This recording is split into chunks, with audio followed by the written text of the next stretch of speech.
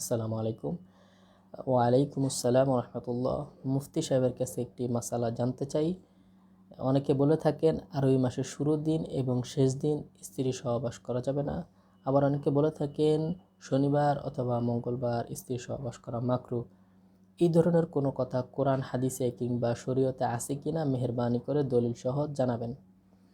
জি, অত্যন্ত সুন্দর একটা প্রশ্ন করেছেন যে অনেকে বলে থাকেন আরবি মাসের শুরু দিন এবং আরবি মাসের শেষ দিন কিংবা শনিবার অথবা মঙ্গলবার স্ত্রী সহবাস করা যাবে না বা মাকরুহ, বা অনেকে বলে থাকেন শুরু শেষ দিন করলে নাকি বাচ্চা প্রতিবন্ধী হতে পারে।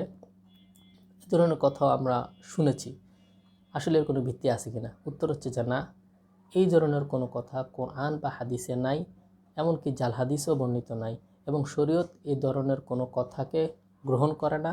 এটা সম্পূর্ণ হচ্ছে একটা কুসংস্কার। আমরা বলতে পারি এটা লোক সমাজে প্রচলিত কুসংস্কার ছাড়া আর কোনো কিছুই নাই। আল্লাহ রাব্বুল আলামিন এই ধরনের কোনো নিয়ম নীতি নির্ধারণ করেন নাই। প্রিয় নবী সাল্লাল্লাহু আলাইহি ওয়াসাল্লামের হাদিসে এই ধরনের কোনো কথা বলেন নাই। আল্লাহ রাব্বুল আলামিন সূরা বাকারা 223 নম্বর আয়াতে কারিমের ভিতরে বলেন, নিসাউকুম হারসুল লাকুম, তোমাদের বিবিগণ হচ্ছে তোমাদের ফসলের ক্ষেত, ফাতু হারসাকুম আন্না শিতুম, সুতরাং তোমাদের যেভাবে ইচ্ছা তোমরা তোমাদের ফসলের ক্ষেতে গমন করো। আল্লাহ রাব্বুল আলামিন এখানে কোনো নিয়ম নীতি নির্ধারণ করে দেন নাই, কোনো দিনকে নির্ধারণ করে দেন নাই।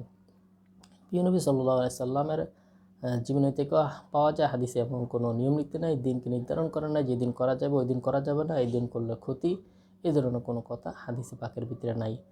আশা করি যে ভাই প্রশ্নটি করেছেন আপনি আপনার উত্তরটি সুন্দরভাবে বুঝতে পেরেছেন।